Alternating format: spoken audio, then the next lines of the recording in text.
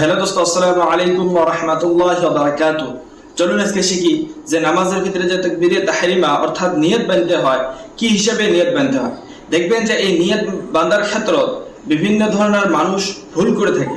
কেউ দেখবেন যে হাতগুলো এরকম ভাবে নিয়ত বাঁধে, কেউ দেখবেন যে এরকম ভাবে নিয়ত বাঁধে, কেউ দেখবেন যে নিয়ত বাঁধার সময় মাথাটা একটু হালিয়া নিয়েছে।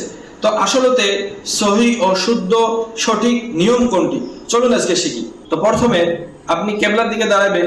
দাঁড়ানোর পর আপনার পা, আপনার চেহারা, আপনার হাত সমস্ত জন কি থাকে, কেবলার দিকে থাকে।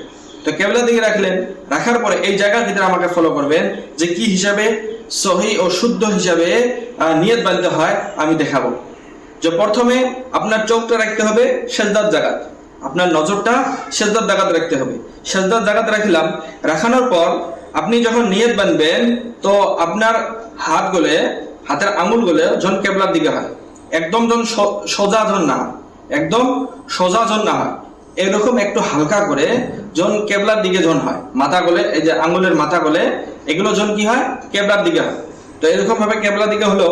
আর আপনার মাথাটা যে আপনি সেজদার জায়গা তাকায় আছেন, আপনার মাথাটা যেই অবস্থাতে আছে ওই অবস্থা জন থাকে নিয়ত বাঁধার সময়, একটু জন হালে না, যেই অবস্থা দেখে আছেন ওই অবস্থা থাকবে। আর এই আঙুলটা যে আছে, এই আঙুলটা এই কানের লতি পর্যন্ত উঠবে। তো দেখেন একবার সহি ও শুদ্ধ নিয়ম কোনটি।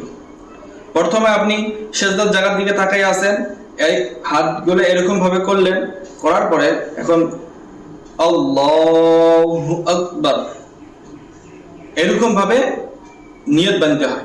এটা হলো আসলতে সহি ও শুদ্ধ তরিকা।